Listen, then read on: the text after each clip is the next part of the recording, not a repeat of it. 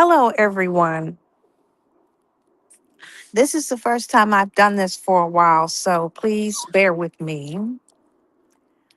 I'm making a video about the care and well being of animals because I am an animal advocate. Uh, I would say professionally as well as a person, just everyday person. And my concern today is when I look at a barns that are set up in my area, I have not seen one barn that I think satisfies all of the needs that should be done for people uh, for it to be an acceptable place for your horse to be.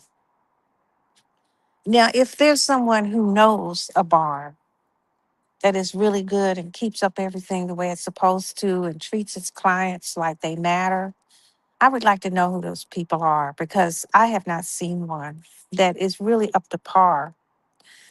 Now, let me define what up to par is.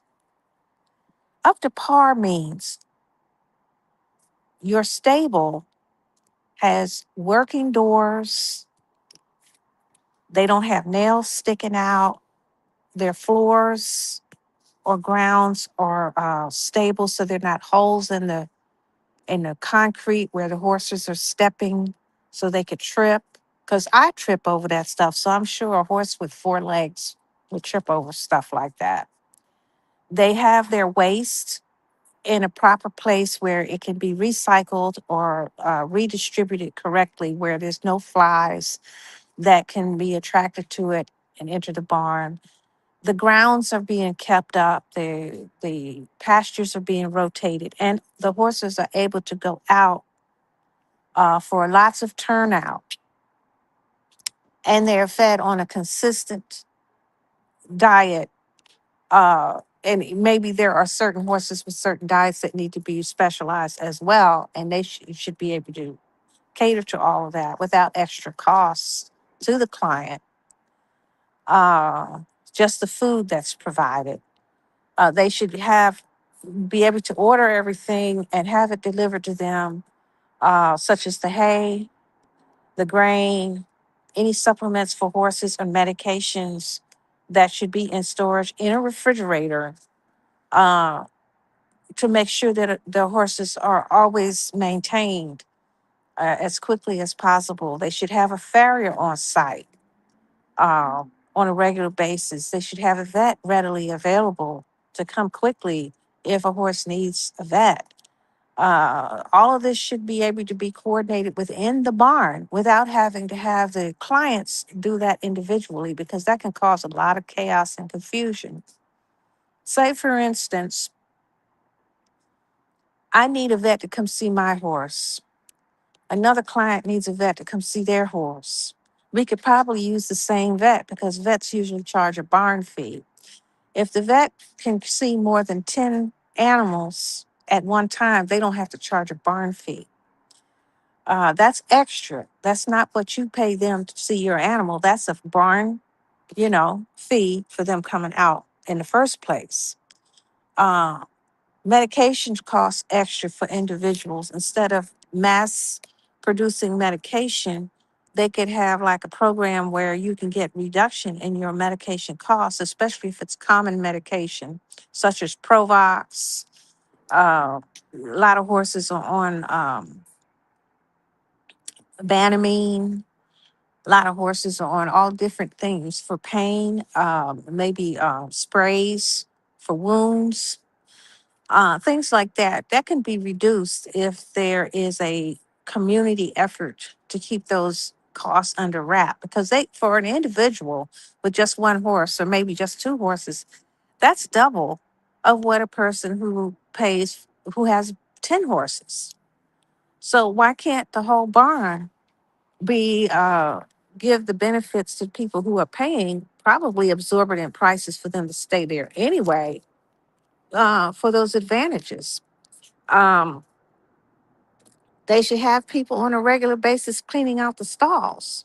The horses probably shouldn't need to be in the stalls except at night. But if they are in stalls, either for medical reasons or because they have them at night, somebody should be cleaning those stalls every day, 2 or 3 times a day if necessary. Anytime there's anything there that needs to be picked up, it should be picked up immediately, not just once a day or once every 2 or 3 days. Pardon the airplane, but wait till it passes.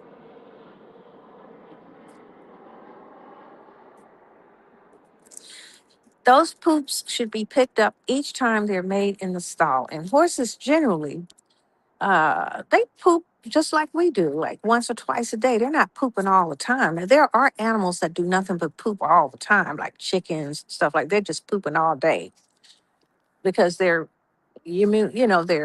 digestive tract is made that way, where anything that goes out comes out right away, and they're grazers, and it's constant. Now, horses do that too because they graze, but if they're in a stall and they only fed, say, twice a day, once in the stall, sometimes they feed them 3 times a day, they're going to poop right after they eat, most likely. And that should be cleaned up right away. They shouldn't have to stand in it, they shouldn't have to be around it. Would you want to be around a toilet that's not flushed? I mean, an animal doesn't want to be around that either. A dog doesn't even have to be around that. They do their business and then they get to run away. So a horse should be able to do the same thing. But if they're locked up in a stall with it, chances are they're going to stay with it all night or whatever. So this is something, and also urine is not good for them. If they urinate a lot in the stall and it gets on their feet, it definitely will affect their hooves. And if they have shoes on or anything, that's a nasty thing to have to deal with shoes, especially when shoes cost so much. Um, you would think they would want to pick it up just to keep the cost low for maintaining their shoes, because if all that bacteria and dirt, pee pee, poo poo get through in those shoes, that can cause them a lot of problems. And it's expensive to put on horseshoes. Um, so anyway, when you want to have, you want to have quality care for your animals, especially if they're subjected to domestication and they don't have, freedom to go out on their own, and they depend totally on us to deliver what they need. I think that's the least we can do is provide the best. Now, the stalls that I've seen and the barns that I have seen are not in good repair. The doors are all torn up. They don't replace stuff. The fencing, is jagged. They may have sharp edges. Maybe the electric fencing isn't charged up right, or whatever. That is a mess with disasters waiting to happen that could cause great injury to your horses. And it just bothers me that they don't take enough pride in their surroundings to at least fix it up a little bit. I couldn't look at that every day and feel comfortable. It's like keeping your house in a big mess and you got to look at it every day. You don't take any initiative to fix it or anything. Um, Now, I realize that not everybody can keep a perfectly neat, you know, proper house, so to speak. But if they're making money doing this, that's the least they can do is keep it up.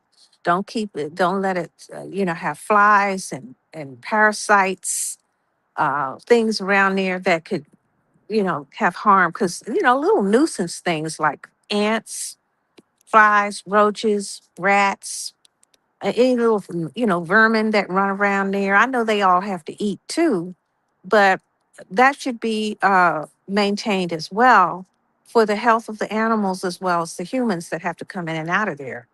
So, I would like to see an example of a well kept barn in my area.